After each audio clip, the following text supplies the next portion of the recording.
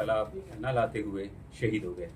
आपके चैनल के थ्रू पहले भी मैंने काफ़ी भाइयों को यही बताया हुआ है कि पुलिस मौके पे पहुंच गई थी, हमने उनकी ट्रीटमेंट करवाई पहले घोटकी हॉस्पिटल में, उसके साथ पुलिस उनके साथ रहीम यार खान हॉस्पिटल में भी चली गई। हमें लगा कि उनकी कंडीशन सीरियस है तो हमने फ़ौरन वहाँ रेफर करवाया। जैसे ही ये इंसिडेंट हुआ हमारे लिए एक टेस्ट केस था जिसको हमने सॉल्व करना था किसी भी सूरत में।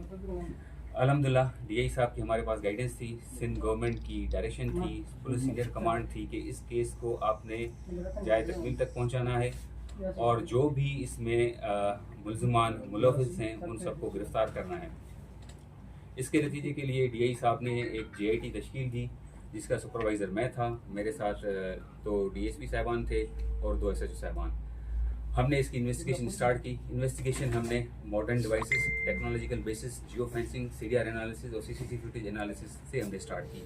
इसके साथ हमें जो कानूनी शहादत खुफिया इत्तला इन्फॉर्मर उसके थ्रू भी हमने इंफॉर्मेशन गैदर करना शुरू कर। अल्हम्दुलिल्लाह हमें थ्रू टेक्नोलॉजिकल एडवांसेस हमें कामयाबी मिली। एक जो मुलजिम है शूटर है वो हमने अरेस्ट किया, उसका नाम है असगर वल्दियत होतलुन, यारुलन का रहायशी है और उससे मोटरसाइकिल जो क्राइम में इन्वॉल्व हुई है वो हमने रिकवर की है, उससे वेपन बरामद किया हुआ है, उससे मोबाइल भी हमने रिकवर किए यार खामोश। और टेक्नोलॉजिकल बेसिस पे उसके इंट्रोगेशन पे जो दूसरा मुलजिम उसके साथ है उसका नाम है बरकत वल्द होतलुन, वो भी यारुलन का रहायशी है और जो उनका फैसिलिटेटर है उसका नाम है अब्दुल्ला वल्द अहमद अली लुन।